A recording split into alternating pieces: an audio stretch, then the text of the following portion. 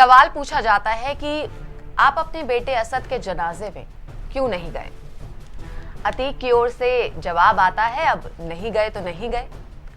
Media के इस सवाल पर जवाब देकर उत्तर प्रदेश का सबसे बड़ा माफिया अभी ठीक से मुंह भी बंद नहीं कर सका था कि एक विदेशी बंदूक उसकी कनपट्टी के नजदीक आती है और उससे निकलती एक गर्म गोली सीधे उसके सिर में धंस जाती है यहां पर। और ये सब चंद सेकंड्स में घट जाता है। हाथों में कैमरा लिए मौके पर मौजूद मीडिया के जो साथी हैं, सभी लोग हैं, वो इससे पहले कि कुछ समझते तब तक गोलियों की ताबड़तोड़ ताड़ ताड़ की आवाजें आना शुरू हो जाती हैं और ये पूरा हत्याकांड वहां पर मौजूद कैमरों में कैद हो जाता है। जनाजे में आप लोग नहीं गए थे, क्या कहना, आप कुछ कहना? आईडी वो हम दे देंगे तुमको यार। नहीं गए।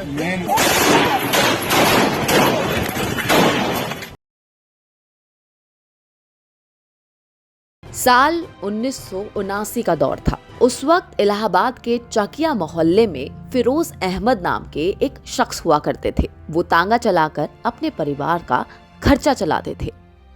इसी फिरोज का बेटा पढ़ने में कम, बदमाशी पर ज्यादा फोकस करता था। इसीलिए इसका परिणाम भी 10वीं की परीक्षा में सामने आ गया। 10वीं का रिजल्ट आया और फिरोज का बेटा फेल हो गया। अब वो इस परीक्षा में तो फेल हो गया था, लेकिन जल्द ही अमीर और बाहुबली बनने का सपना देखने लगा। उम्र भले ही उसकी 17 साल थी, यानी वो अभी बालिग नहीं हुआ था। वोट भले ही नहीं दे सकता था, लेकिन जान लेने की नीयत बन गई थी। साल बीतता गया और इधर इस नाबालिग से बालिग हुए लड़के का क्राइम ग्राफ भी बढ़ता गया। अब एक मयान में दो तलवार कैसे रह सकती थी? जिस चकिया से पूरे इलाहाबाद में चांद बाबा अपना साम्राज्य चला रहा था, उसी चांद बाबा की कुर्सी पर अतीक ने गिद्ध की तरह अपनी नजरें गड़ा दी। अतीक ने खुद को चांद बाबा के बराबर खड़ा कर लिया। माहौल गर्म हो चुका था। कभी एक खुली जीप में साथ दिखने वाले और अतीक और चांद बाबा अब एक दूसरे की जान के दुश्मन बन चुके थे। हालात ऐसे बन चुके थे कि जिस भी दिन दोनों आमने सामने होंगे, उस दिन शायद उनमें से कोई एक ही बचे। और ऐसा ही हुआ। 6 नवंबर 1989 के दिन अतीक अपने गुर्गों के साथ रोशनबाग इलाके में एक चाय की टपरी पर बैठा हुआ था। तभी वहां चांद बाबा अपने साथियों के साथ पहुंचा और रोशनबाग एक भीषण गैंग वॉर का गवाह बना। साल 1987 के आसपास की बात है। इलाहाबाद शहर में चांद बाबा का दौर था। उसके नाम से लोगों के मन में खौफ पैदा हो जाता था। क्या नेता, क्या कारोबारी, सभी चांद बाबा के नाम से खौफ खाते थे। आलम यह था कि पुलिस और नेता इस चांद बाबा को मारना तो चाहते थे, लेकिन हिम्मत किसी में नहीं थी। अब 2 साल का वक्त गुजरा और अतीक अहमद का दबदबा बढ़ने लगा, लेकिन कोई बड़ी पहचान नहीं थी। अब पहचान बड़ी करनी थी तो धमाका भी बड़ा होना चाहिए था। सो अतीक ने वही किया। इलाहाबाद के सबसे बड़े डॉन यानी बाहुबली का पता लगाया। तब पता चला 1989 में चांद बाबा बड़ा नाम है। फिर उसी चांद बाबा की अतीक अहमद ने सनसनीखेज तरीके से हत्या कर डाली। अब जिस चांद बाबा से पुलिस और बड़े बड़े नेता खौफ खाते थे, उसी का बेखौफ अंदाज में मर्डर कर दिया गया। कत्ल करने वाला अतीक अहमद अब खुद सबसे बड़ा बाहुबली बन गया था। इसके बाद अतीक ने कभी पीछे मुड़कर नहीं देखा।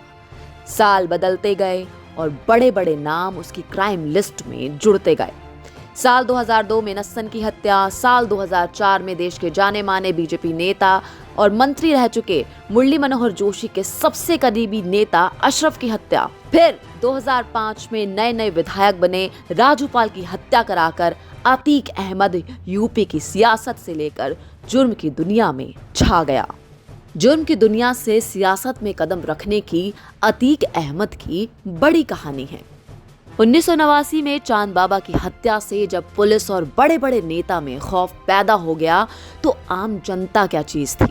अब अतीक अहमद का खौफ लोगों के जहन में उतर आया, पर पुलिस भी अतीक के पीछे पड़ गई। लेकिन अतीक तो अतीक था, वो कहाँ पीछे रहने वाला था।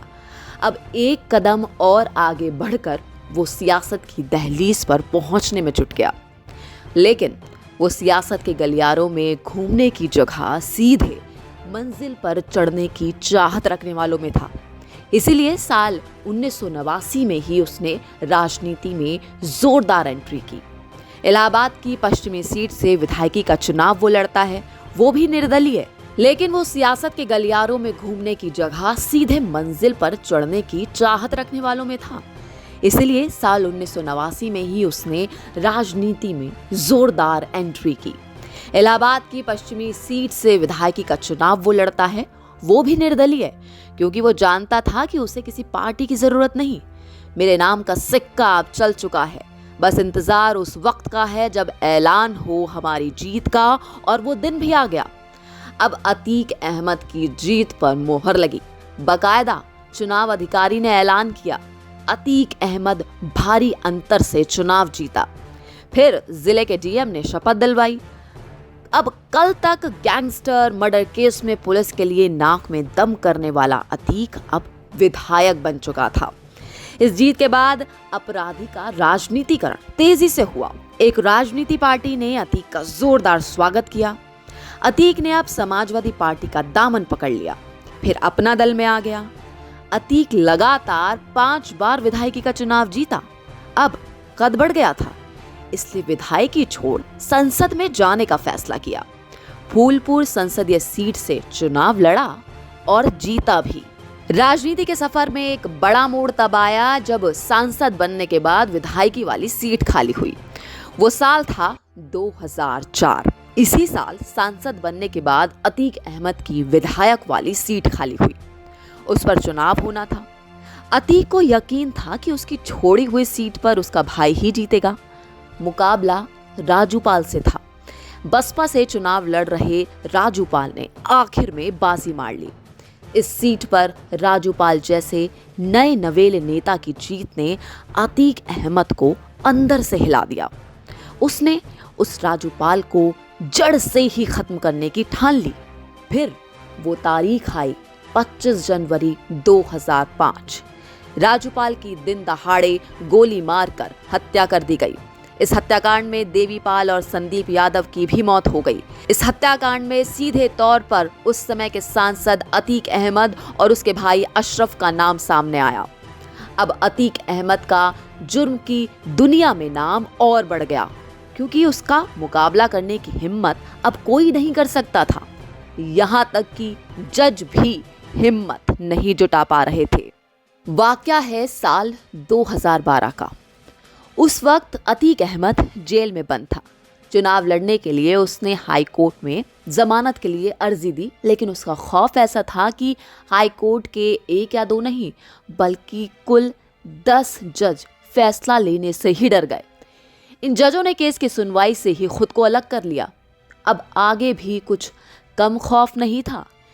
11वें जज ने सुनवाई तो की, लेकिन फैसला अतीक अहमद के पक्ष में ही दिया, यानी अतीक अहमद को जमानत मिल गई। अब जेल से बाहर आकर अतीक अहमद ने चुनाव तो लड़ा, लेकिन उसका दबदबा अब पहले जैसा नहीं रहा था। वो चुनाव हार गया, और हराने वाला कोई और नहीं राजूपाल की पत्नी पूजा पाल थी, जिसकी 2005 में हत्या कराने के जुर्म में अतीक अहमद जेल में बंद था। इसके बाद 2014 के लोकसभा चुनाव में फिर से अतीक अहमद चुनाव लड़ा, लेकिन इस बार इलाहाबाद से नहीं बल्कि श्रावस्ती से। पार्टी थी समाजवादी पार्टी, लेकिन हार का ही सामना उसे करना पड़ा। उस समय बीजेपी के नेता ददन मिश्रा ने चुनाव जीत लिया था। इस तरह बाहुबली अतीक अहमद का कद लगातार गिरता गया। 44 साल पहले गोलियों की आवाज से शुरू हुई कहानी 44 साल बाद गोलियों की आवाज पर ही खत्म हो चुकी है। अतीक और अशरफ अब वहीं दफना दिए गए हैं जहां अतीक के बेटे असद और शूटर गुलाम को दफनाया गया था। बहरहाल आपको बता दें कि उमेश पाल मर्डर केस में अभी अतीक की पत्नी शाइस्ता के अलावा 3 शूटर अरमान, गुड्डू मुस्लिम और साबिर फरार हैं। तलाश जारी है, जांच जारी है और आरोप प्रत्यारोप का दौर भी जारी है।